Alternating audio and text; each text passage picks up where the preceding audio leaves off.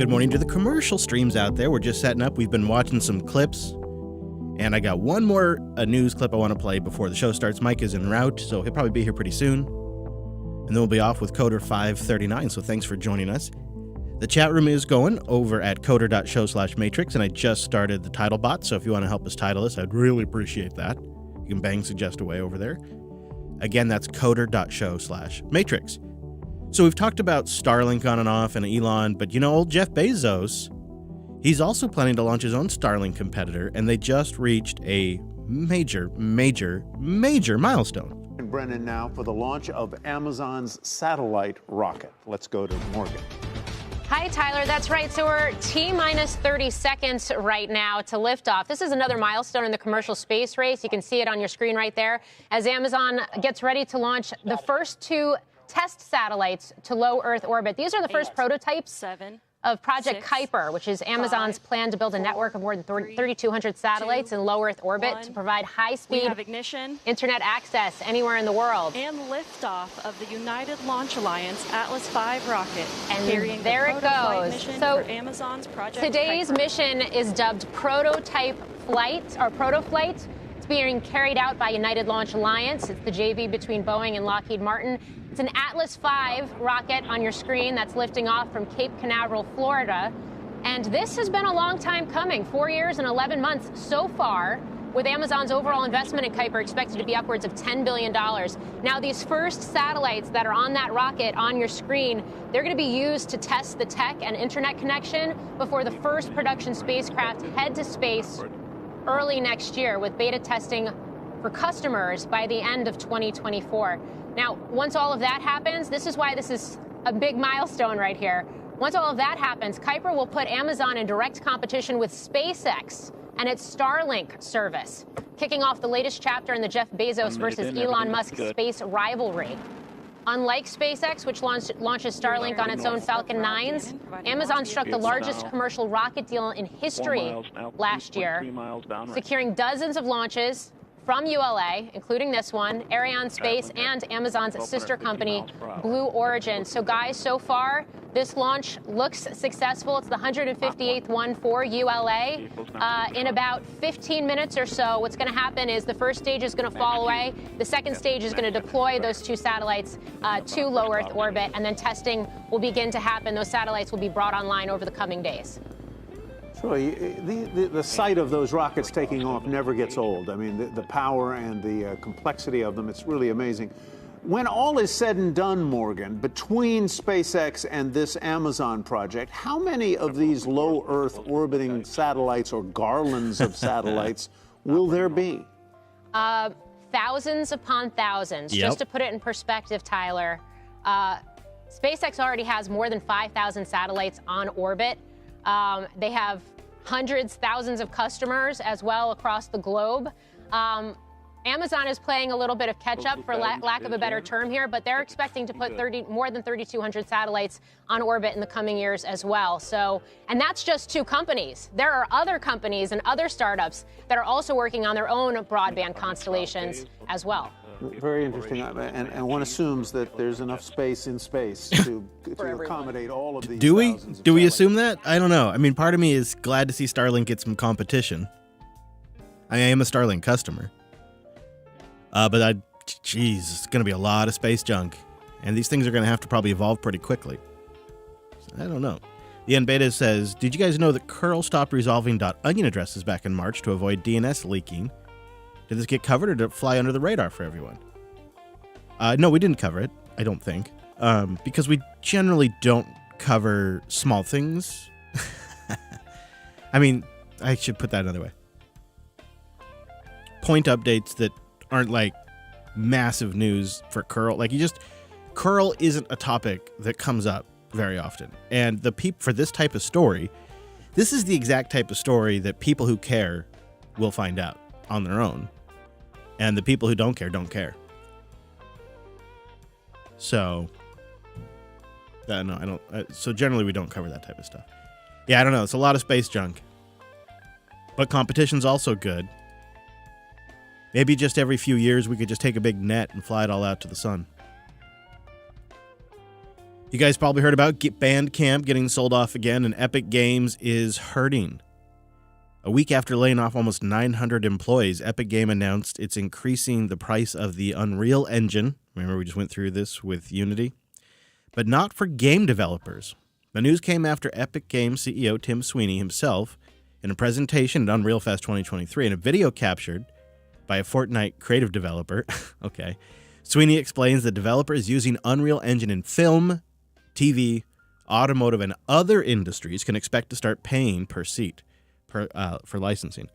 You know, I'm not surprised by this. I've noticed, especially like with the Disney productions, the Unreal Engine is being used extensively for those productions.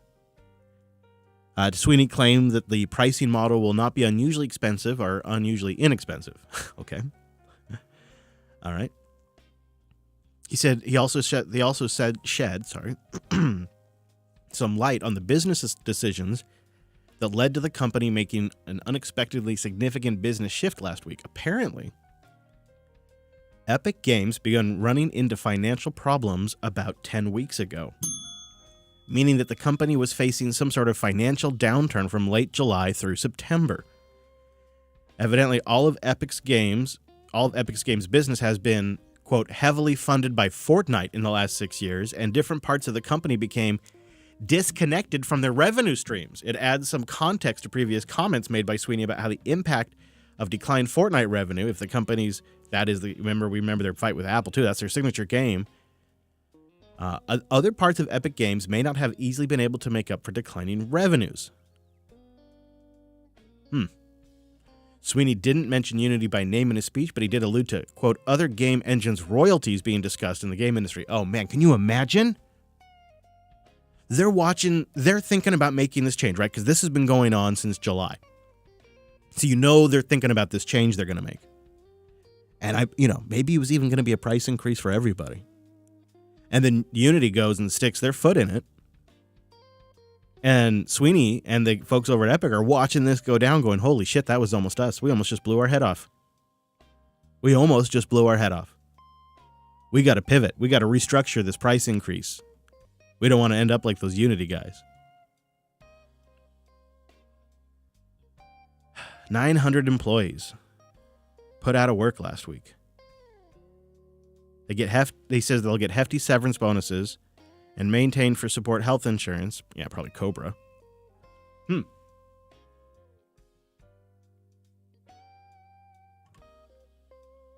getting hard for everybody, even the big boys. I said this would happen on Coda Radio. When the money gets tight, revenues drop, and you start battling, tech companies start battling.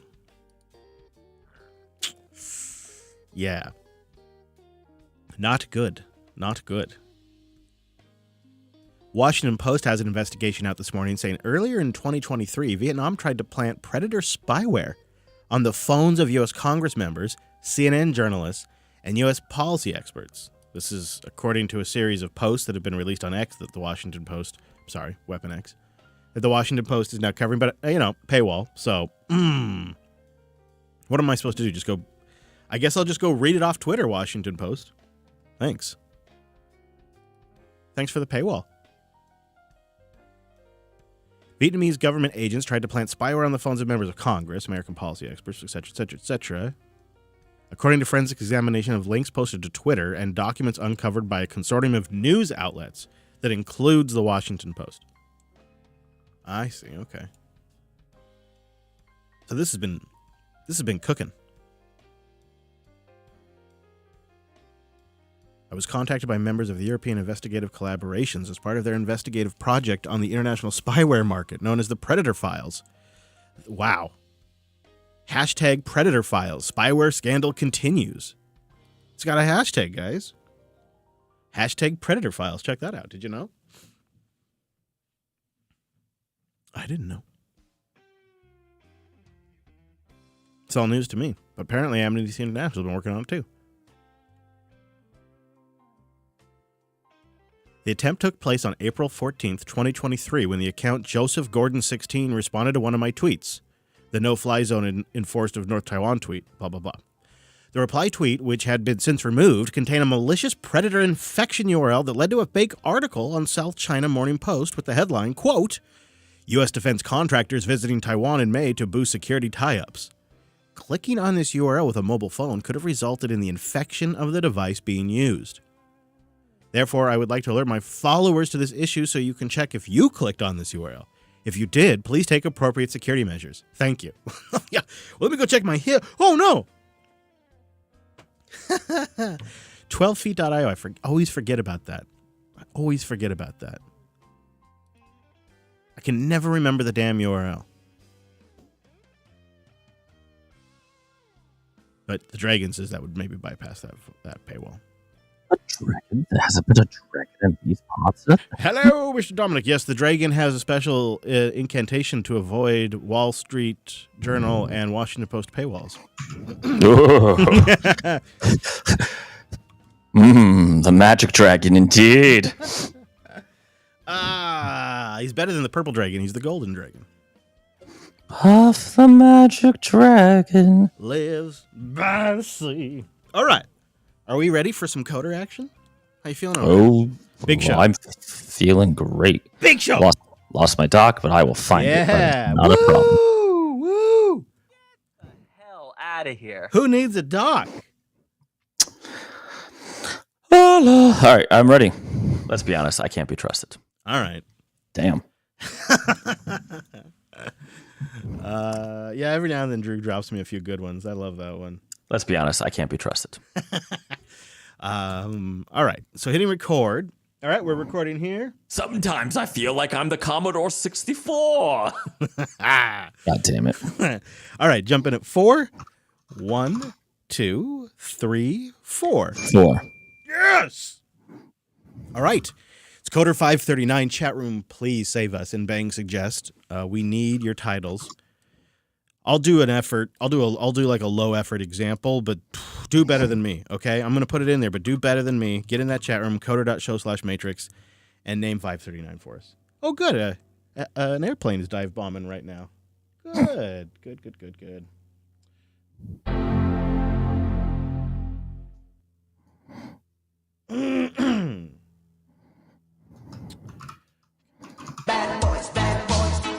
All right. We'll play that for Sam Altman. All right, here we go in 3. Allegedly. Yes. 2. This is Coder Radio, episode 539 for October 9th, 2023.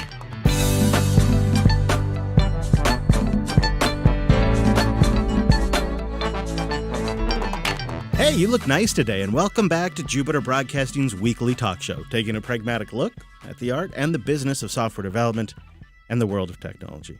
My name is Chris, and I'm sure sitting there with a fine brew of coffee, it's our host, Mr. Dominic. Hello, Mike. Yeah, hello, Chris. And I have so much coffee. I'm like, oh my God, I totally messed it up. What's that kid's name from South Park? Cartman? No. Kenny? No. It's going to make Tweak, the kid whose dad owns the coffee shop. And all he drinks is like, Tweak, why are you so stressed out? And he's like, I can't stop my hands. Yeah, man.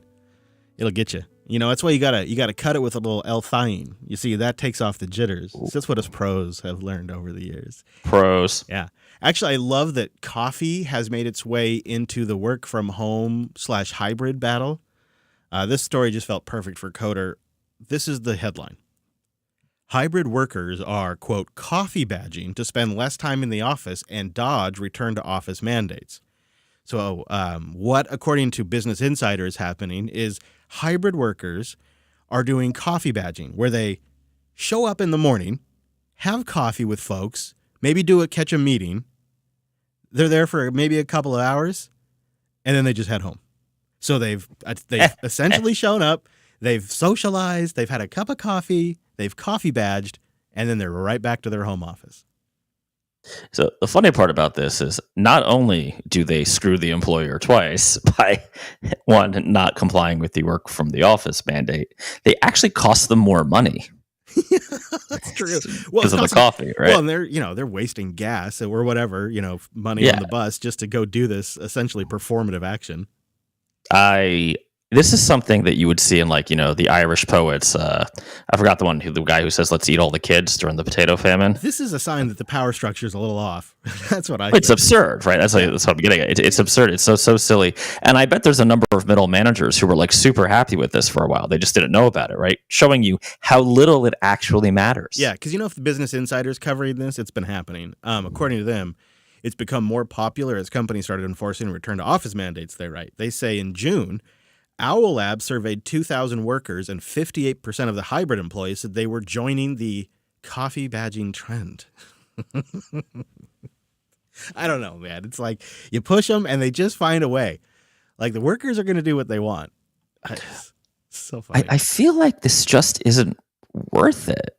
No. Right? This whole fight, it's getting to the point of comedy because that coffee badge in a couple hours over time, as people get used to getting away with it, is going to be like literally a cup of coffee and they leave. Yeah, or what ends up being the entire workday because you're there for a few hours, then you got to leave, but by the time you get home, it's lunchtime, so maybe you grab a bite on the way, or maybe you make lunch when you get home, and then you're freaking exhausted because you've been driving, and coffee just wore off, and you just had lunch, and now you're crashing, and now you got to get back to work?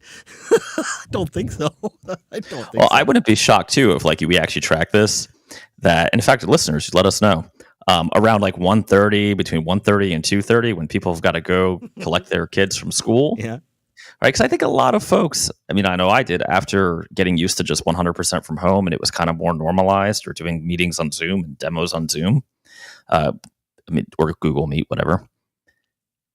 Less after school less need to put kids in after school care. You know what I mean? So you could just take the 10 minutes and pick up the kid or kids. Yep. I don't know. Honestly, can we just go into boring dad radio for a minute? We should have a dad radio jingle. Yeah. So having my son's after school activities, the little guy, be not tied to the school itself is so much more convenient, right? I get him, or my wife gets him. He comes home, he does his homework, which is a surprising amount of homework for the second grade, but whatever. And he hangs out for a little bit, then it's karate or Code Whiz or something like that. But there's while I'm working, he has a little bit of downtime. That's good time for Nintendo, right? Good time for, whatever limited activity he wants to do that, but you kind of want to limit. And then he does his activities out of the house. We take him there, karate, Code Whiz, sometimes various other things. And it's not this mad dash to be okay, wait, today is the after school program, so I have to remember to pick them up at this time. I'm living this today. Today, after we're done here, I'm doing a mad dash because there's a after school sports event today. Oh, then we should just keep moving. It's so funny. I exactly know what you're talking about. I hated here. that. Yeah. It is a lot easier when you can just step out for a few minutes and you can be in charge of the schedule. And flexibility is important right now. Check out this nightmare that Olympia Mike is living in with his SaaS platform. He says, hey guys, I've got a question or a rant for you. I run a SaaS platform where people get a subdomain off our main app domain when they create an account. So maybe you get coderradio.ourapp.com. Users can, of course, bring their own domain and mask it with a CNAME if they want. Or, they just keep the standard URL we give them. We've been operating this way for over 7 years with no issue at all. I think our Fireside platform operates this way too, Olympia Mike. He says, last Sunday, out of nowhere, Facebook decided that every single subdomain off our main domain is, quote, against community standards because of, quote, cybersecurity violations. They started removing every single post that contained our main app domain going back 5 years. This is a nightmare for us and our users. Thousands and thousands of posts were removed, and people can no longer share those URLs, even in a private message. To make matters worse, since Meta owns Instagram too, the ban extends over there. So now my customers can't share their links to their products and having tons of content removed from their groups. I can't tell you how much this is hurting my customers and our business. We've pushed back and requested reviews, but this is clearly bogus flagging by Meta, and it's impossible to get attention by any humans over there. Even if you go through the process to, quote, disagree with their decision, the confirmation you get back says, your case will be looked at again by our technology or a reviewer. So it seems like even if their AI is wrong on this one, they can just have the AI check its own work. That's not going to work. Is this the future we want? So I wasn't going to break this news, but there's a conspiracy theory that Google hacked Facebook. I'm sorry, Facebook hacked Google and stole their customer support Python script. Shockingly, only 4 lines long. Yeah, and it's also running on a very old version of Python. And it's just a return statement. I mean, it's like def, go F yourself, return. So he wants to know if we have any advice or any thoughts, maybe why this could happen, or at the very least, could we use all this as proof of relying on centralized tech and giants like Meta is bad? Bad idea? What are your thoughts? It's bad. We had something similar like this at the Mad Botter where one rural ISP flagged us as a gambling site for some reason about a year back. And it turns out all these little ISPs have deals with each other where if you're flagged in one, you get flagged in all the others. Yep. So just randomly, we were getting these weird things where somebody's like, hey, we can't get to your website and we're trying to book an appointment to see a demo or something. I actually ended up on the phone with some dude in like rural Kentucky trying to figure out what was going on. And he's like, oh, there's a casino out here named blah, blah, blah. I'm like, well, why would you block that anyway? It's a legal facility, right? It's an illegal right. If they have a license, yeah. I don't know. But it took, I hate to tell you this, but it took a letter from our lawyer to all these ISPs. Thank God he just like wrote the letter and let me readdress it and send it myself, or else that would have been quite expensive. And it took 2 months to fix. Oh, man. It was really time consuming and very... Yeah, Lycan remembers us getting flagged. It was very frustrating because then at one point, Norton picked us up. So any corporate enterprises that were using Norton for like their software whitelisting or whatever, we were just blocked, and that's kind of our target customer. So that sucked. Yeah, you got to keep at it. The thing is tenacity. I don't know if you've ever done like sales before, like in-person sales, but you got to be a pain in the ass and just keep dogging these dudes because just getting them on the phone, I think, took 5 emails and several phone calls each for each individual vendor we had to talk to. Ironically, Norton was the easiest to deal with because they actually have, this must happen all the time because they have an automated thing where they will then run their own script on your site and see if it's doing any kind of malware. Yeah, boy, Mike, I wonder if you could dig through Cloudflare and do some of this through Cloudflare in a different method that wouldn't get flagged by Meta. Because if Meta's going to flag it, I think, Mike's experience and my experience with these kinds of things is that it does kind of tend to spread. JB ran into this for a hot minute when we had a WordPress site 100 years ago, and I think I had like some Amazon WordPress plugin. You know how it goes with WordPress, right? You got like 10 plugins or 5 plugins, and one of them eventually has an issue, or like the developer gets bought out and then somebody puts malware in. I don't know what the story was, but Google detected that we had that WordPress plugin and just started flagging Jupiter Broadcasting, and it took us a bit to get that, even though I removed the plugin as soon as I was able to figure out what they were complaining about, which probably took about an hour. I removed that plugin entirely, just didn't need it and just took it out. But then it was a matter of just constantly working different places and sending them emails asking for support, trying to get that resolved. And it's so hit and miss. So it is a tricky problem. I'd like to know how you solve it, Mike, because boy, oh boy, that's probably going to be something that hits other folks. Maybe like I could see Fireside or other providers that let you do this with your own CNAME or just use a subdomain. That's a pretty common way to do Oh, things. yeah. Oh, yeah. That's going to be, let us know how that goes for you, because that's going to be tough. Yeah. Hey, go get yourself a job. Alderon.games/coder. They're looking to hire some talented remote developers. They got multiple positions open, and I think you'll really like them. They are an independent game shop, their own self-publishing game studio. It's totally kind of in the spirit of how we do things here at JB. They got multiple positions from PHP dev, Unreal game developers, and QA testers. All of them are over there. You can get the full details in the released version of the show, of course, or just go to alderon.games/coder, y'all. Yeah. Thank you, Alderon Games, for supporting the Coder program. So you had some builds go sideways, it sounds like, because I was chatting with you at one point during the week, and I think I had gone and done like 3 or 4 different things. 6 hours later, I came back, and you were still trying to build a project, still trying to get things going. Sounds like it's been a rough week. Well, so 2 separate problems. That one in particular isn't my fault. It turns out I need a Windows box that is far superior to my poor little Lenovo here. But the reason I was compiling on Windows is definitely my fault. So it turns out that C++ is wonderful. And when you're compiling C++, you can do, pound, or what do you call that? They call that in Britain? It's just pound, right? I call it the hashtag. The okay, hash. If whatever platform, right? You have a macro for it. Ampersand. No, not ampersand. Okay, right. Sorry. And then and if it's pretty. Everybody who's done this knows what I'm talking about. And it's important to do that everywhere you use platform specific code, especially if you're using SVN. And you, the Apple dude on the large game project team, decides, I finally got this feature that the iOS people haven't had forever because whatever. I'm going to push it up. I got approval, went through code review. Everybody, whatever. Great. Well, then all the other developers pulled SVN and I took a nap. So turns out can't compile Objective-C on Windows. Shocker. In most cases, right? Including this one. So after lots of panic on my part for being a jackass, it was pointed out to me, hey, I think you just forgot to wrap this one line. Oh my God. There you go. Are you serious? That was it. And there was some comedy ensuing because most of the team there does not do Objective-C. And some of the syntax are is this just a typo? And I'm all apologetic, right? I'm all I'm so sorry. Oh my God, I screwed up everybody's day. I should be shot, right? I'm terrible. And got it fixed.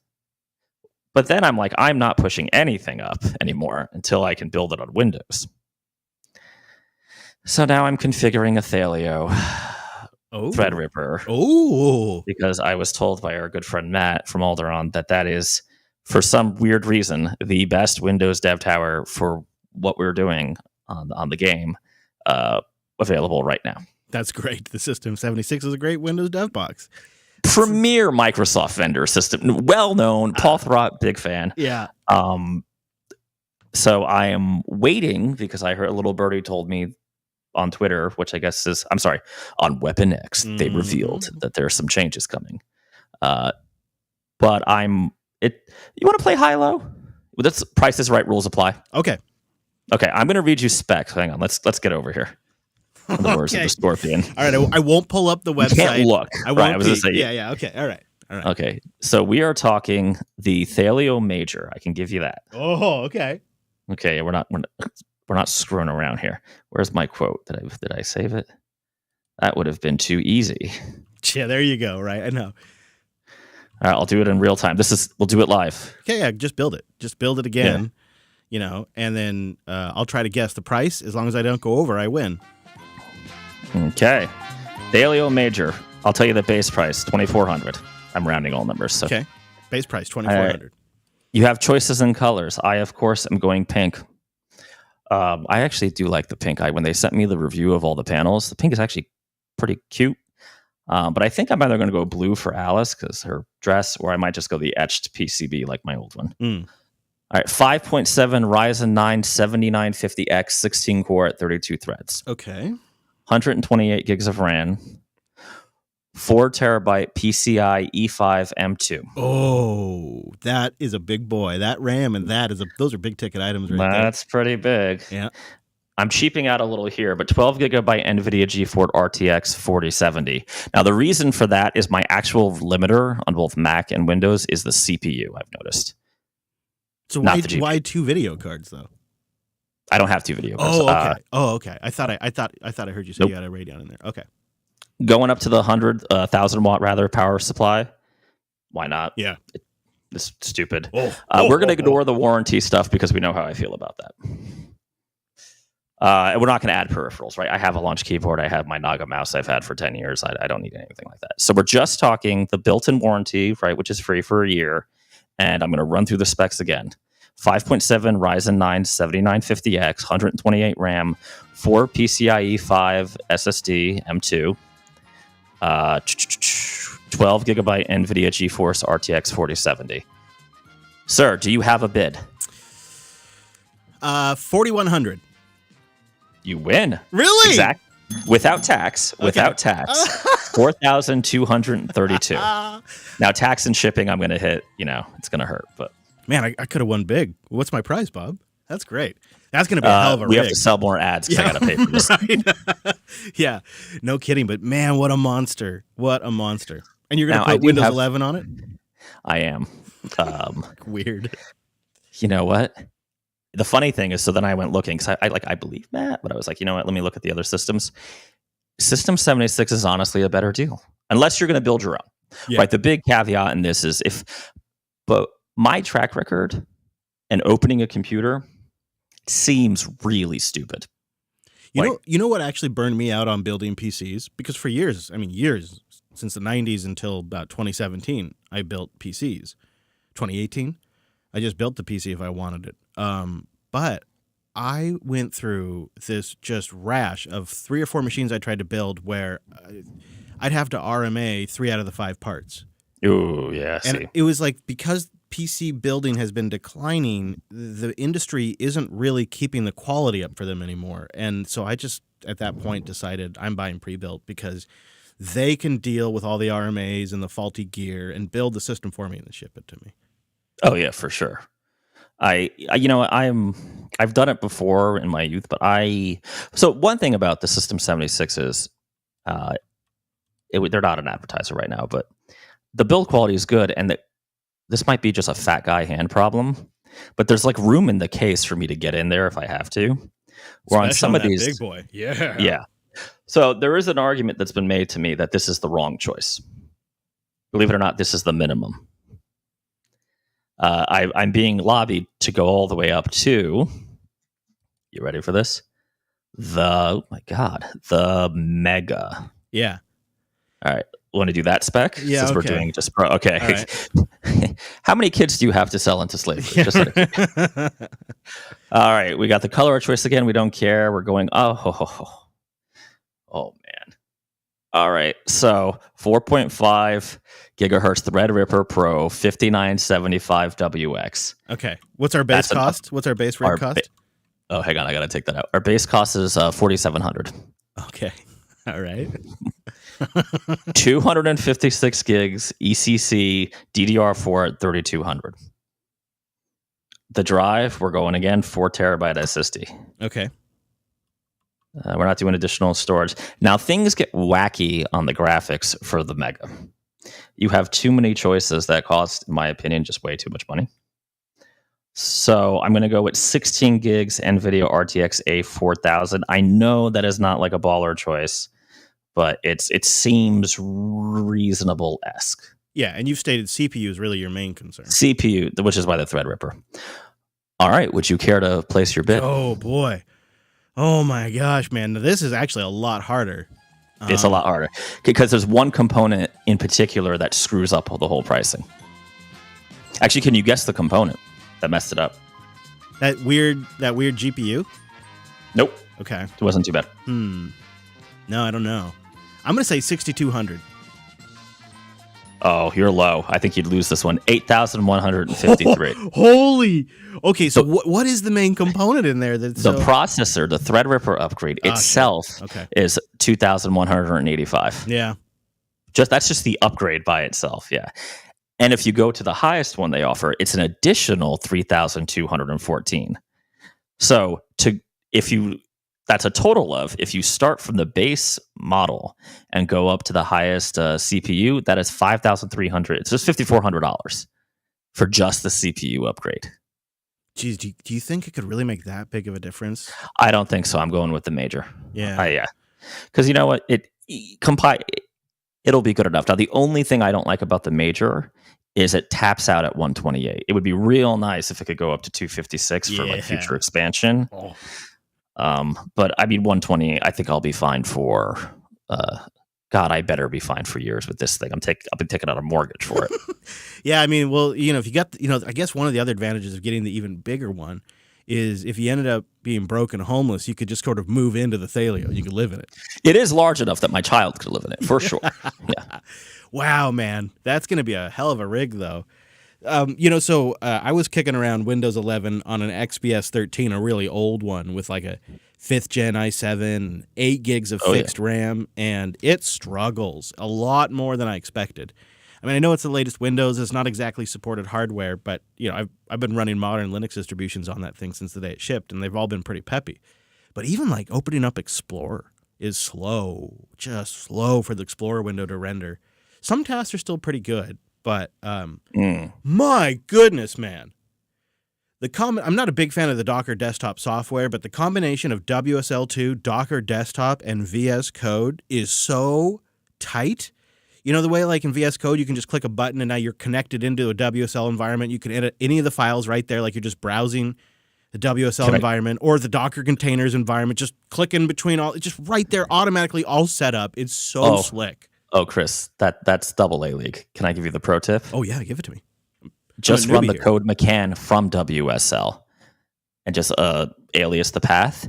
It will know that you're running the commit like code, literally the word code. It will know you're doing it from the WSL environment and automatically make the connection. And if you're doing, let's say, Python and have like a virtual environment, it should pick it up in most cases. That's pretty great. Just as though you were on Pop OS or Elementary or something like that. And so I didn't get a chance to try it for Linux Unplugged, but since then I've been able to play around with the chocolatey package manager. How is that? We looked at it a while ago and it was like new, and my thoughts were, maybe this will go somewhere. It's come a long way. I mean, compared to the best Linux package managers, I don't think it really holds up. But like compared to Brew, I think it's pretty good. And it has everything. Like Windows updates are in there. Adobe Acrobat everything. Every Windows app you could probably want is in there now and installable, including the Microsoft stuff like Power Toys and sysinternals, which probably been there for a while. But I'm really happy with that. I think the combination of the new Windows terminal with Chocolatey and WSL, it's really, really slick. And you add virtual desktops and the tiling window management stuff, and they've got a pretty good desktop environment now.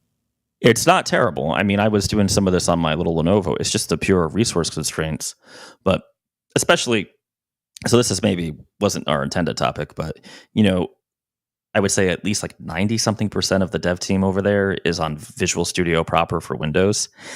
And being the only guy and relatively new to contracting with the team, who's like on not even just Xcode, but Mac, is, they really can't help you that much, sure. Right? You're kind of lost at sea, just working with the tools that they're working it. And I was shocked at just how awesome Visual Studio proper 2022 is for C++. Even C++ that wasn't Windows specific. And it has, and the Unreal plugin's really good. I mean, it's still Windows, and I'm still like, ew, but it honestly, like, you could trick. I could see myself flipping back and forth between like Python work or Ruby work in WSL. I love that Penguin. What do they don't call them distros on Windows, right? What do they call the? Yeah, I guess WSL environments. I don't know. Yeah, environment, and just Visual Studio for the Alderaan work. They've come a long way. Yeah. The only thing that's been annoying the crap out of me is it keeps asking that I log in to the same account over and over again for each individual app that are all published by Microsoft. And I feel like they just need to figure that out. Oh, geez. I wonder, are you logging into the desktop environment with your Microsoft account? Well, I think what happened is I log into the desktop with my personal account because occasionally yeah, and those are under another. Yes, that is a problem. But my Visual Studio license is under my my work account. Yeah.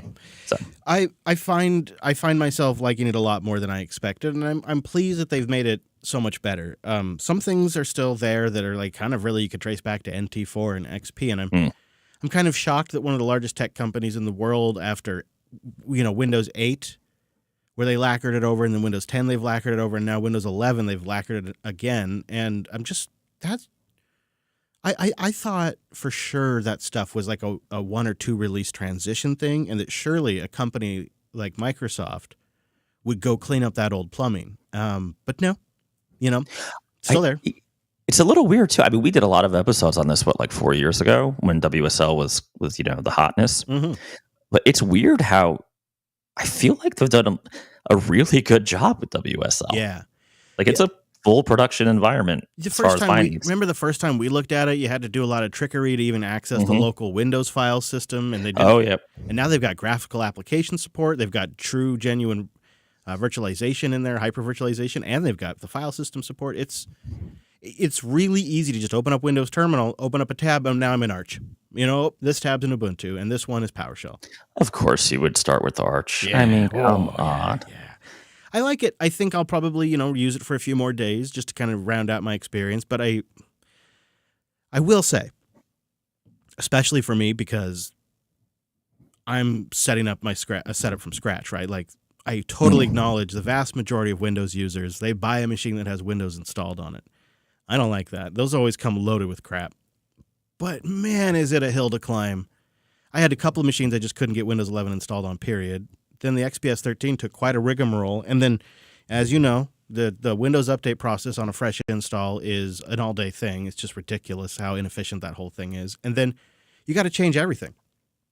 Strategy tax means that the widget button is now where the start menu used to be. The iconic Windows start button that defined the Windows brand since 1995 has been moved due to corporate fights. And so you turn that off, put the start button back. They hide all of the sys-tray icons by default, so you turn on the couple you still want, right? You got to go in and change a ton of stuff. It feels like when I used to set up Plasma 3.0 on like an old Fedora install. Oh, yeah. It's a lot of uphill setting, getting drivers loaded because the hardware isn't supported. Right now it's completely a 180. When I install a system, Linux on a system, generally everything is supported. The Wi-Fi works, the sound card, not on Windows. No sound, no this, no that. You got to go through all the process to get it all working. It does eventually get working, and once you have it set up, there's terrific app availability. All the real free software type tools and software you want are there still. You can get them in some form. And then you do have the WSL environment. You do have the Microsoft tooling. Once it's set up, it's a pretty good experience now. So a side effect of all this is I whipped out my Dev 1 because I'm going on a trip, and something about taking a $5,000 MacBook Pro through airport security doesn't really appeal to me in any significant way. And you know what? I haven't used it in a bit. It took a while to update, and I lost that crazy ass HP mouse, which I wish I didn't.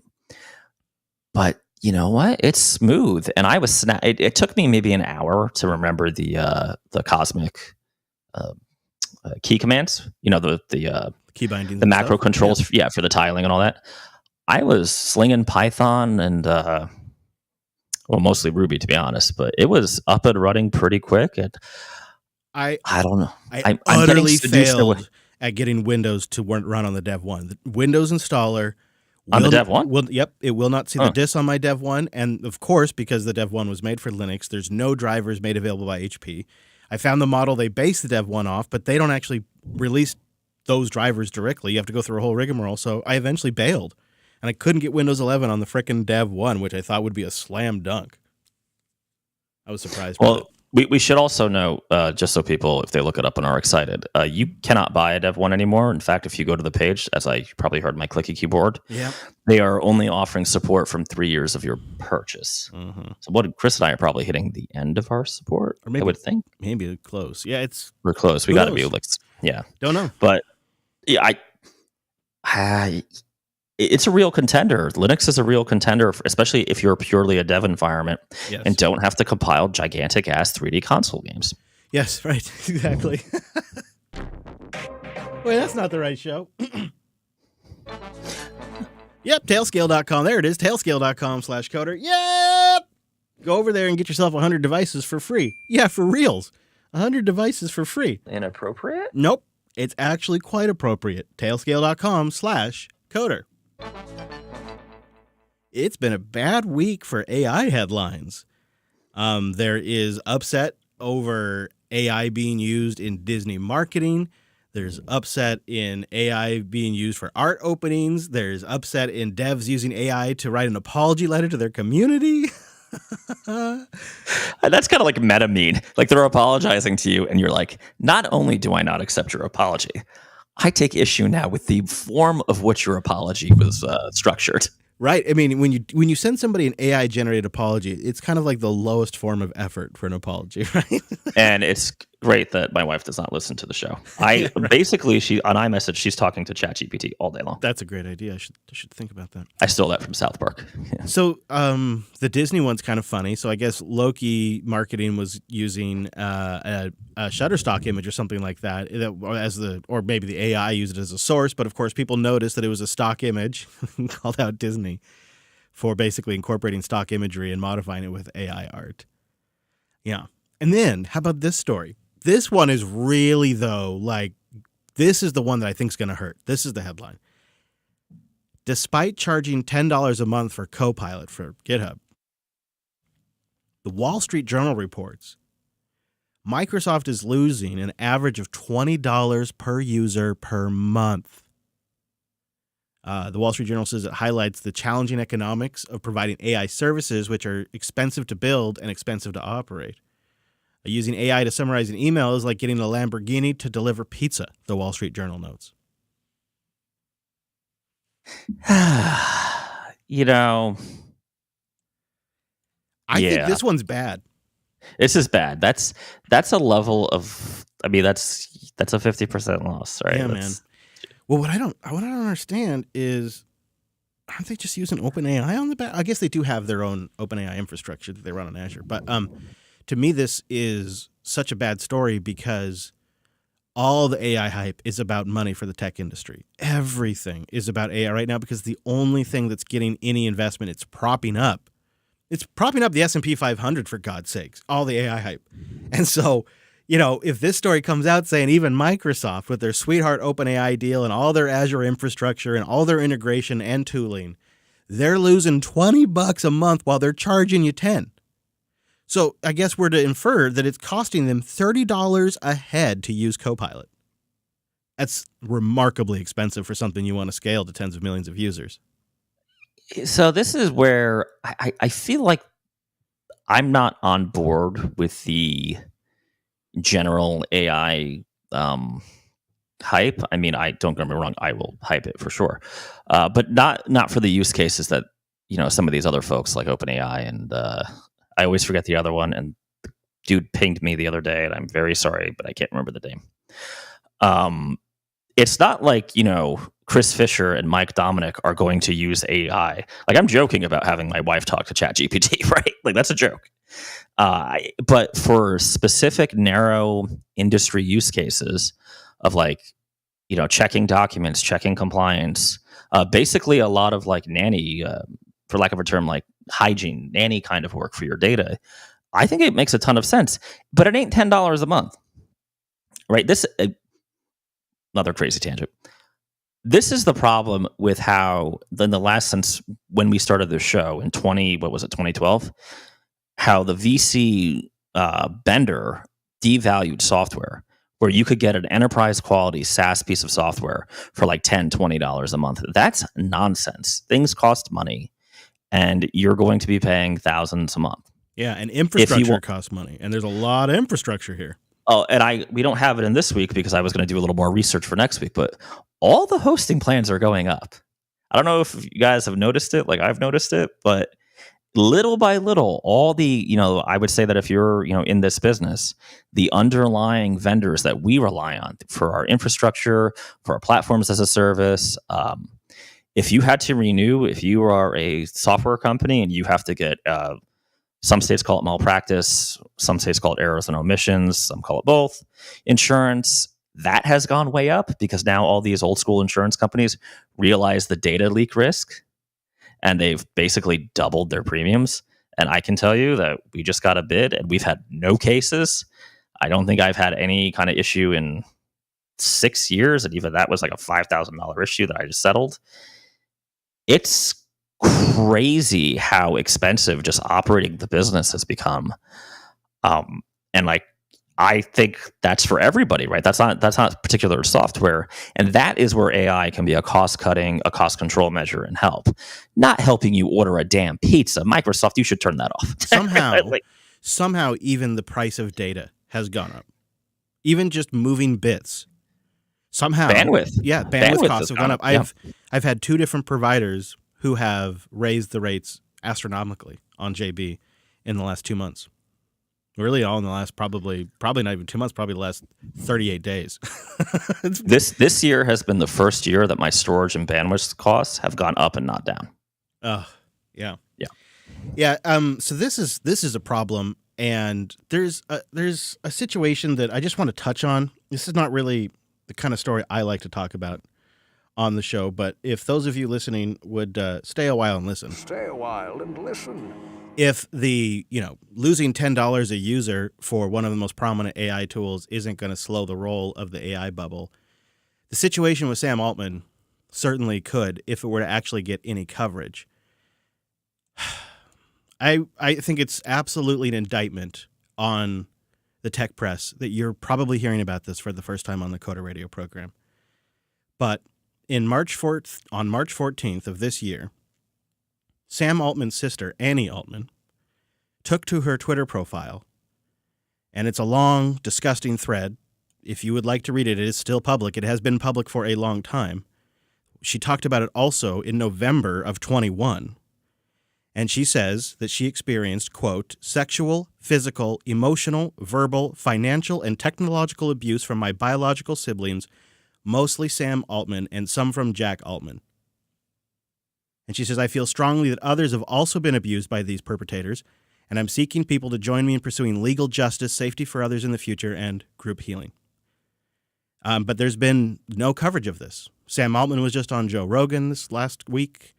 He was on the cover of one of the financial business reports saying he's the new Oppenheimer. I don't know if these are true. I have no idea if these allegations are true, but it seems pretty damning, and it's from his sister. And she seems pretty disturbed. She also runs her own OnlyFans, where she's selling her body on OnlyFans. And that's Sam Altman's sister, one of the most famous, prominent tech CEOs in the world right now, who just flew around scaring every world leader that would let him into his office about the dangers of AI. He's supposedly a thoughtful, careful, considerate individual. And yet, these allegations have been around since last year. No one has covered them until I just accidentally stumbled across this thread on Twitter. And it's confirmed to be his sister. So where do we go with this? And why are you only hearing about it from the Coda Radio program? I'll tell you why. Because everybody in tech, even the tech press, is making money off of AI. It's the only thing making them money. And if the world found out that Sam Altman was potentially raping his sister at some point, that'd probably hurt OpenAI's credibility and probably destroy the AI bubble we're seeing right now. It's a really difficult story. I don't think a Megazord could destroy the AI bubble right now, but that's maybe so. I mean, don't you think if Sam Altman's credibility was lost, OpenAI was fundamentally rocked? I mean, even this issue alone would just shake investor confidence. Potentially, yeah. I think I would in OpenAI, which Microsoft, I'm sure, would have a word to say, right? The whole. I hate these situations. I don't like these kind of things. Yep. It's one, if a criminal act did occur, let the court figure it out. Right. I mean, and I know I'm veering into dangerous territory here, but I'm going to just dip my toe a little. A number of prominent people have been falsely accused, both male and female, and it was exonerated by the proper authorities. And yet they've lost contracts, careers, jobs. I don't love this public trial thing. I think it's bad. I think it's unfair to everybody. It's unfair to the alleged victim. It's unfair to the alleged perpetrator. It's things, I don't know. I'm right. What's things frustrating have to go about through it, the authorities. What's frustrating about it is the unequal application of the social mob, right? If depending on who, if Russell Brand comes out and he has allegations from several ladies from 16 to 20 years ago, he is judged and tried in public opinion. The UK government literally reaches out to individual platforms like Rumble and presses on them to drop monetization before he's even gone to court. Sam Altman could potentially be leading one of the most impactful tech companies in the world, goes around speaking about health and safety and trust, and they don't even touch on these allegations that have been out on Twitter for a year from his sister. Now, I agree with you. It should all just go to court, but there's clearly two different standards being applied, And why I get frustrated is this is the same damn playbook we saw with SBF. He had a different set of standards applied to him, and he got away with stealing billions and laundering that and funding politicians. And now he's going to get, allegedly. And now he's going to, he'll get his time in court. But the signs were there from the very beginning. And the tech press just turned away the entire time. And instead they painted him as the, quote, crypto king. And they rode that wave as long as they could. And, then now, of course, now it's popped. Now they're happy to report negatively on him. But it's the same Michael thing. Lewis wrote a book that makes him look like a weirdo. That helps. Right? Yep.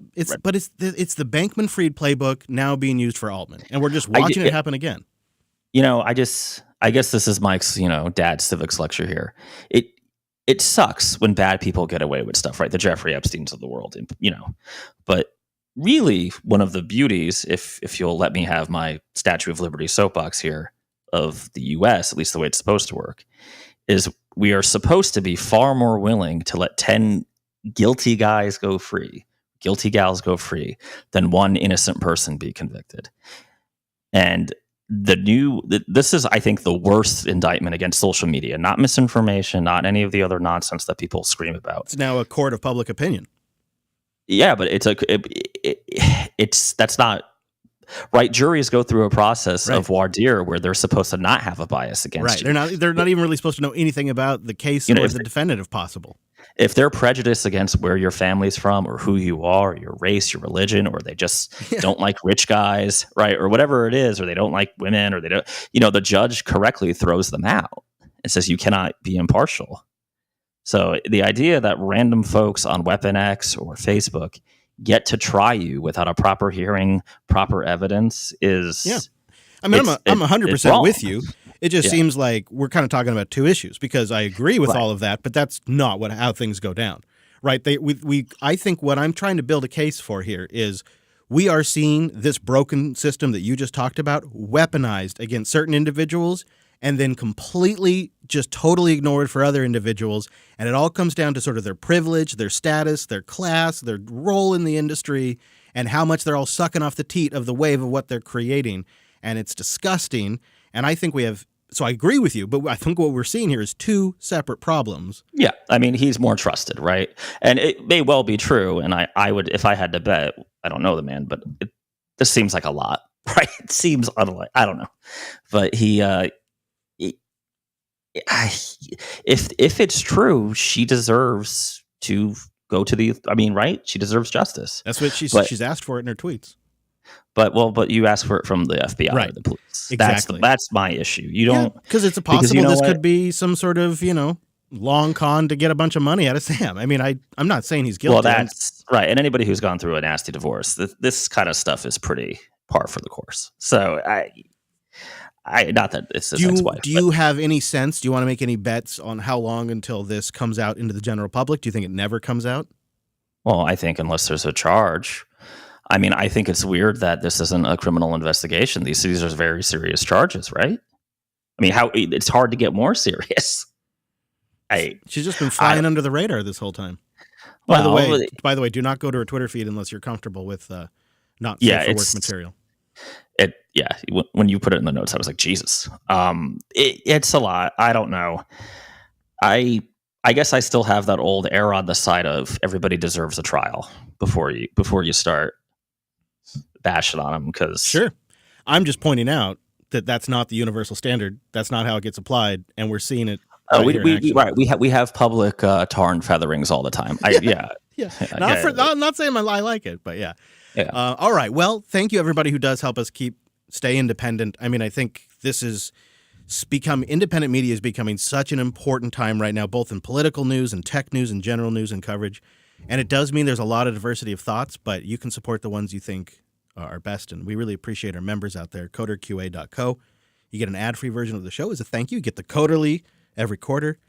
And, of course, the nice tingles for knowing that you're keeping this content independent.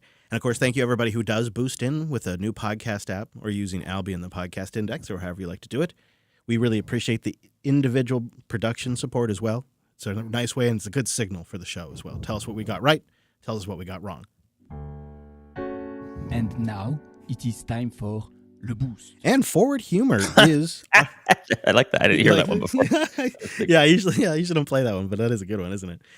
Forward Humor comes in with a row of McDucks, and he's our baller this week. Things are looking up for old McDuck. And he says, I just wanted to say I get the best news on Coder. Keep it up, gentlemen. Well, thank you, Forward Humor. Appreciate the call out for that and the support. We don't really consider ourselves a news show, but it does come up as we're discussing the industry and trying to figure out the dynamics, what it means for us and independent developers. Mick Zip came in with 20,000 sats saying, let's get that bounty filled. And you're helping us, Mick Zip. Thank you very much. And then the Golden Dragon came in with some lucky sats, 6,666. He's using Fountain, and he writes, I have an AeroPress, and I've learned that the trick is to brew it in the press and then let it cool slightly. I also have a Ninja coffee machine as well. I still have my AeroPress.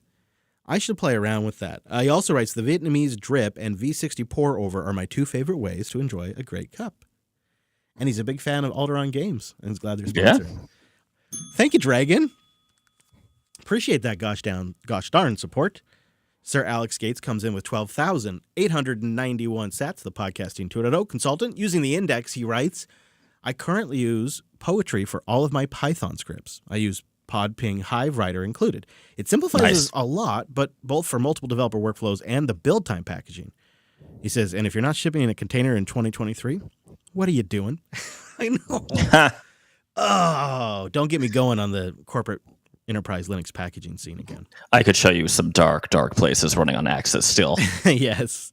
Can we get Axis in a container, please? Can that be a thing? You know what? No, I think all these people should continue using Alice to move their Axis data. That is the correct thing to do. He's using, I guess it's Kagi, Kagi. It's a pay-for search engine. Fast, accurate, ad-free. The search engine you deserve. I'd like to try it and see what the hell I like that their are. sample search is Magic the Gathering. Are you? Oh, I'm no. pretty sure he put this in for me. Yes, it is. I got mine is best headphones, Steve Jobs, and Python exceptions. Are you serious? Yes. Maybe it's just randomly generated. I don't know. I don't think that's possible. All right, I'm going to refresh the page. Let's hang on. That's so good. No, it's still Magic the Gathering. Mine's the same still as well. So no tracking if you're using our search. Yeah. That's wild. That's wild, though. Oh, no. Scroll down the page. I see what you're saying now. Scroll down to where they have a screenshot. Okay. Screenshot. I'm not. Oh, okay. Oh, yeah, there's Magic the Gathering. All right, good. They know their customer base. Steve Jobs, Magic the Gathering, headphones. That's incredible. Yeah. Warmest winter coast. Yep, also something I think about. I often think, where is the closest 70 degrees to me right now? Why is that not an app, by the way? I just want an app or a website. Do you know why it's not an app? My location. Because no one will pay 99 cents for it. Okay, well, that's true. It's every cocktail party I go to. I'm not going to. You're right. I'm not paying for that. But I would love to know. I rest my case. Dave Jones, the Pod Sage, is coming in hot. With the boost. 22,112 sats. It's a good show, guys. Thanks for the effort every single week. He says, I have a Gaggi Classic, Gaggia Classic. But it stays broken most of the time. My daily driver is the Bloody Mocha Express stovetop espresso maker. It's fantastic, and you can travel from it. Dave also sent us 10,000 sats via an automated boost, so it made him one of our ballers this week, Dave. Woo. Thank you very much. K-Mog came in with 5,000 sats using the index. He writes, I miss real coffee. I've been on a caffeine and alcohol hiatus for 3 months. I have 7 more pills of a prescription, which I'm not taking any chances with. Ooh, less good. Yeah, that means probably was a hard stop. He says, I just picked up the all-in... it's going to conflict with the prescription. Yeah. I just picked up an all-in-one camping manual coffee grinder and brewer. We prefer the French press with an electric kettle. Just 7 more days of decaf. But my health is good. All right, good to hear. Man, I know I'm traveling to El Salvador soon, and I'm going to have to figure out what I'm doing about my caffeine situation. Maybe I bring caffeine pills. In El Salvador? Mm-hmm. They must have great coffee. I'm told they have some of the best coffee in the world, actually. Yeah. Yeah. I had a listener just send me a little sample. I haven't tried it yet, but I'm told it's just absolutely great. So that might be the direction I go. But the thing I've been told is that it will ruin me for other coffee. I know. Mr. Pibb comes in with 4,444 sats using the fountain. He says, I have one of those hourglass-shaped Chemex brand pitchers to make pour-over coffee with, and it's the best for me because I like it iced. I put the ice into the Chemex, the coffee into the metal cone filter, that's cool, and then I brew directly using the ice water from an electric kettle that hasn't stung me yet. I've never gotten stung by an electric kettle, but I got my wife one a while ago. It's got a plastic top and bottom, but silicone in the middle, and it can collapse. It's great in the RV. It's a collapsible, portable kettle, and it only draws like 800 watts, which is really nice. Doesn't make a lot of hot water, but yeah. Thank you for the support, Mr. Blib. Tyler comes in at 5,000 TYR, 5,000 sats using Podverse. I get old school with coffee. 12-cup coffee maker to make coffee with. What I mix with the coffee depends on the beans. If they're good beans that provide good flavor, I just drink it straight. If it's cheap beans, I put sugar and creamer in there, and some people call it unicorn piss. The Keurigs are just wasteful. They make a pot, not a cup. I do love the sound of a traditional brewing thing. Perk, and the perk smell. Cup. Yeah. Oh. I have to agree on the Keurig thing too. Also, if you do the math, it's financially foolish too. So I have a Keurig here at the studio, which I don't use, so do I. But I have it here for like when people show up and they want coffee. But that's like, it's not like I'm not a good host. Like that logic doesn't really work when I think about it. All right, our last boost this week comes in from Mechaham, I think, and we get a row of ducks. Boosting to keep the great content alive, he writes. Thank you very much. Thank you, everybody else who boosted in. We had a couple that came in below the 2,000 sat cutoff. We had 11 boosters total, and we stacked 102,557 sats. So thank you, everybody, very much for supporting the show directly with the boost. We love those messages. We love that support. There's lots of ways to support a value-for-value production. Sometimes just telling somebody about the show you like can be a great way to support us. Maybe you could show up live, help title the show and add some energy and give us live feedback. Maybe there's a way that I haven't even thought of. It's time, treasure, and talent. But for a lot of us, the treasure is a direct way to make a big impact, and the boost and the membership, that's the way to do it. We'll have links in the show notes for all of that. And thank you, everybody who supports this production. Anywhere you want to send the good people, Mr. Dominic, before we scoot? Go to DominicM.com. I have something new from last week, and I should have something, I think, by Thursday, if not Wednesday. And check out alice.dev, automation goodness. One day, the new graphical thing will be up. I swear it will. One day. All right. Well, then we'll celebrate that day when it arrives. Good, hearty celebration. All right, you can find links to what we talked about today at coder.show/539. We got the contact page over there. Your emails are a big part of the show, so please send those in. RSS feeds, so you can subscribe in the app of your choice. And why not go check out a new podcast app, podcastapps.com. More and more cool features rolling out for those new standards. All right, that's it for us. You're welcome to join us live. Check the times at jupiterbroadcasting.com/calendar. It's Mondays or Tuesdays, typically at noon Pacific, 3 p.m. Eastern. We'd love to see you. Thanks so much for joining us. See you right back here next week.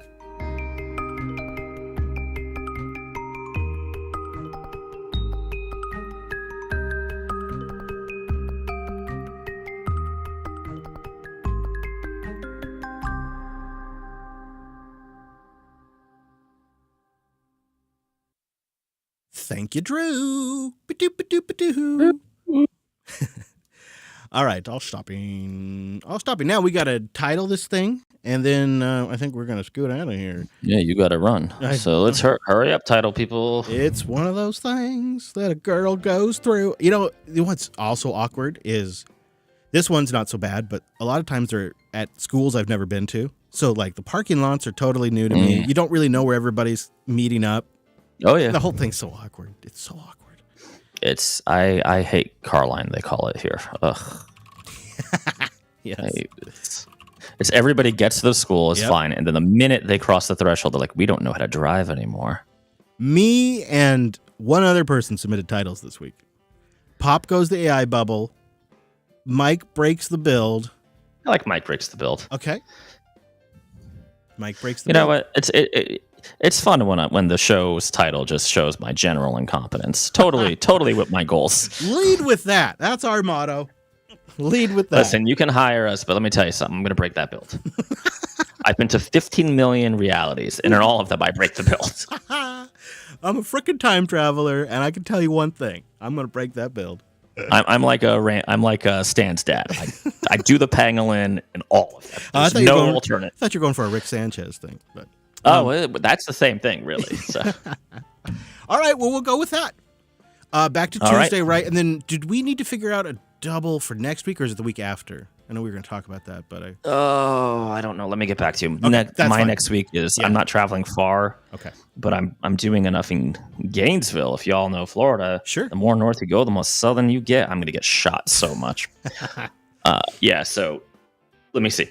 Let me find out. I got to confirm some stuff. Sounds good. Word. All right, go get the kiddos. Bye, chat room. Talk to you later, Mr. Dominic. Laters. Bye, Zeus. Bye, Zeus. All right, chat room. Thank you for joining us. Always fun hanging out with you. If you haven't caught Linux Unplugged this week, we did the Windows Challenge. Lots of our take on the Windows 11 experience. Got the new Atari VCS thanks to our podcast in studio. Well, newish, I suppose it is. It's going to be a fun week. We'll be back on Sunday for Linux Unplugged. Thank you so much for hanging out with us. Hope to see you soon.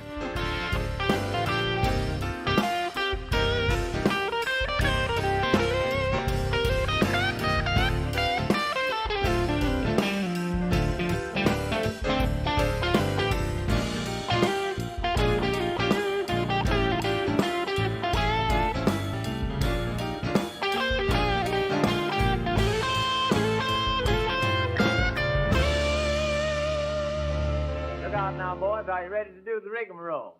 Yeah, man. Well, go on where I told you.